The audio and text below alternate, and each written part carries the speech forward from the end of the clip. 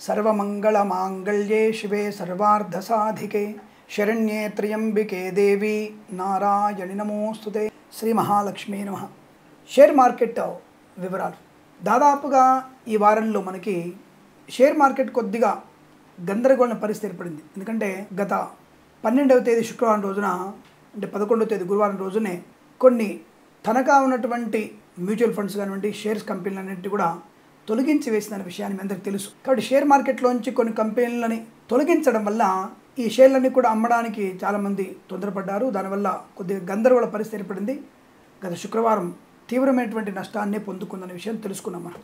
మరి ఈ వారం ఎలా ఉండబోతుంది అంటే అనిశ్చితిగా కొనసాగే అవకాశం ఉంది, అనిశ్చితి ఉంటుంది. కాబట్టి పెట్టుబడి పెట్టే విషయంలో 1కి 1000 సార్లు ఆలోచించే ప్రయత్నం. ముందుగా ఏ మ్యూచువల్ ఫండ్స్ కంపెనీలు సెబీ వాళ్ళు తీసేశారు అంటే దాంట్లోంచి తీసేశారు కదా. అంటే నేషనల్ స్టాక్ ఎక్స్చేంజ్ నుంచి కొన్ని తనఖా పెట్టినటువంటి మ్యూచువల్ ఫండ్స్ కానివ్వండి, కంపెనీ కానీ కొన్ని షేర్ మార్కెట్ హోల్డర్స్ కూడా తీసేశారు. దాంట్లో కంపెనీలు తీసేశారు. కొన్ని దాదాపు నాకు తెలిసి 860 కంపెనీలు షేర్ కంపెనీలు తీశారు. కొన్ని నాకు తెలిసి 135 మ్యూచువల్ ఫండ్స్ కంపెనీలు కూడా తొలగించేశారు. ఇవి ముందుగా తెలుసుకునే ప్రయత్నం చేయండి. కాబట్టి శుక్రవారం రోజు మీకు అనుభవం వచ్చి ఉంటుంది. శని ఆదివారంలో మీరు తెలుసుకొని ఉంటారు కొంతవరకు. ఇప్పుడు 15వ తేదీ నుంచి 19వ తేదీ వరకు జూలై నెలలో షేర్ మార్కెట్ కాస్త అనిశ్చితిగా కొనసాగే అవకాశం కనబడుతోంది. అలాగే ఇంటర్నేషనల్ మార్కెట్ వ్యవస్థ మరియు మనకి అమెరికాలో ఉన్నటువంటి ద్రవ్యోల్బణ ప్రభావం కూడా మనకి చూపబోతోంది. ఇక్కడ ఎన్నికల్లో కూడా అక్కడ ఇద్దరు మాజీ ప్రధానమైన నాయకుల మధ్య దాన్ని ప్రజలందరూ కూడా వద్దనుకునే ప్రభావం, మరి ఇద్దరి మధ్యలో కొత్త వాళ్ళు ఎవరైనా వస్తారన్నటువంటి అనుమానం కూడా బయటికి రావడం లాంటిది కనబడుతుంది. కనుక ఏమో కొంతవరకు ఈ వారంలో గందరగోళమైనటువంటి నిర్ణయాలు ఎక్కువగా ఉన్నాయి. కనుక ఆచితూచి వివరించే ప్రయత్నం చేయండి. సరే, మొత్తం మీద ఏ షేర్లు మీకు లాభపడే అవకాశం? బ్యాంకింగ్ షేర్లలో మీకు అనుకూలవంతమైన శుభయోగం. అలాగే క్రూడ్ ఆయిల్ లాంటి సంబంధించిన ఆయిల్ సంబంధించినటువంటి వాటి షేర్లలో పెట్టుబడి పెట్టవచ్చును. అలాగే లోహపు షేర్ల మీద మాత్రం పెట్టుబడి పెట్టకండి. లోహపు షేర్లు మీరు ఈ వారంలో కొనకూడదు. అలాగే ఈ మన సాఫ్ట్వేర్ కంపెనీ సంబంధించినటువంటి షేర్లు కూడా మీ వారంలో కొనకుండా ఉంటేనే చాలా మంచిది. అవి ఇబ్బంది పడే అవకాశం కనబడుతోంది. కాస్త జాగ్రత్తగా ఉండే ప్రయత్నం చేయండి.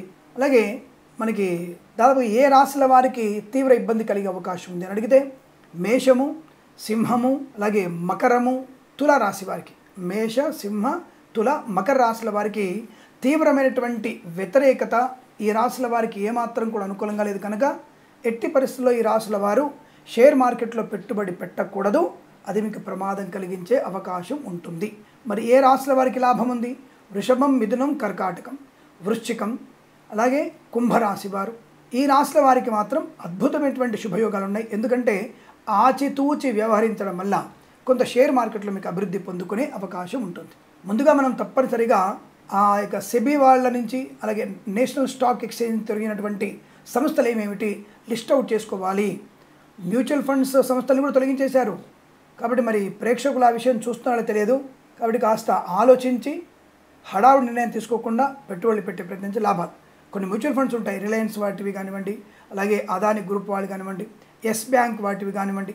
కొన్ని మ్యూచువల్ ఫండ్స్ కొన్ని షేర్ మార్కెట్లు కొన్ని షేర్స్లలో అట్లాగే ఉంచారు. కాబట్టి మీరేం దాని గురించి కంగారు పడాల్సిన అవసరం లేదు. బట్ ఉన్న వాటిల్లో బెస్ట్ది తీసుకునే ప్రయత్నం చేస్తాం. అందులో పెట్టుబడి పెట్టండి, అది అనుకూలంగా ఉంటుంది. అయితే కాస్త 17వ తారీఖు మీకు కాస్త అనుకూలంతో శుభపరిణామాలు.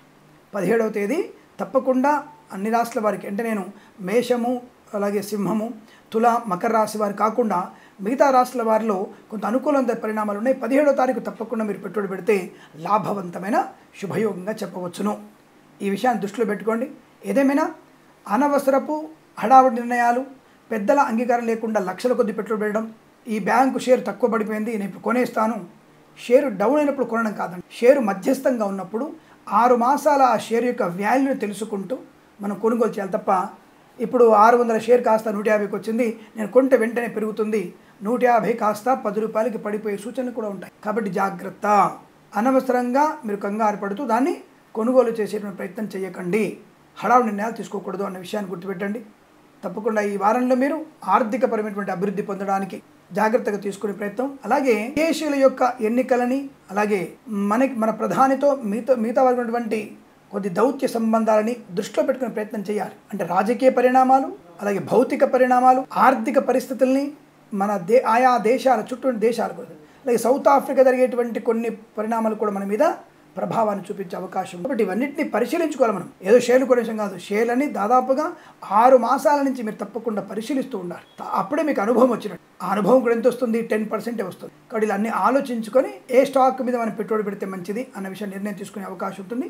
ఏదైనా ఈ వారంలో కాస్త దూకుడు తగ్గించి తక్కువ మొత్తంలో పెట్టుబడి పెట్టి మంచి ప్రయోజనాన్ని పొందుకోవాలని కోరుకుంటూ సర్వేజన సుఖినో భవంతు.